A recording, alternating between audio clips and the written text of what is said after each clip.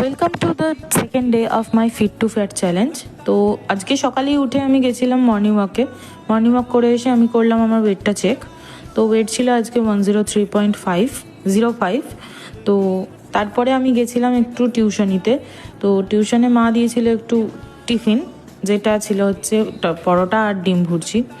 তো টিউশন থেকে ফেরার পথে বিকেল হয়ে গেছিলো। তো তখন আমি করলাম কি ইভিনিং ওয়াক করতে করতেই চলে এলাম বাড়িতে। তো বাড়িতে আসার পরে খিদে পেয়েছিল একটু, মা মুড়ি দিল, মুড়ি খেলাম, মুড়ি আর তরকারি। তারপর আমি করে নিলাম একটু আমার ফ্রি হ্যান্ড এক্সারসাইজগুলো, যেগুলো আমাকে ডক্টর প্রেসক্রাইব করেছে। তো সেইগুলো করার পরে আমি কিছু পড়াশোনার কাজ করলাম, বোনকেও পড়ালাম।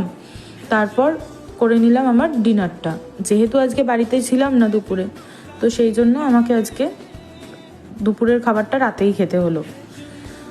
তো রাতে আমি ভাত দিয়ে ডিনারটা কমপ্লিট করার পরে চেক করলাম যে আমার কতটা কি গোল আমি কমপ্লিট করেছি। তো দেখলাম আজকে 8,500 কত স্টেপস হয়েছে সামথিং।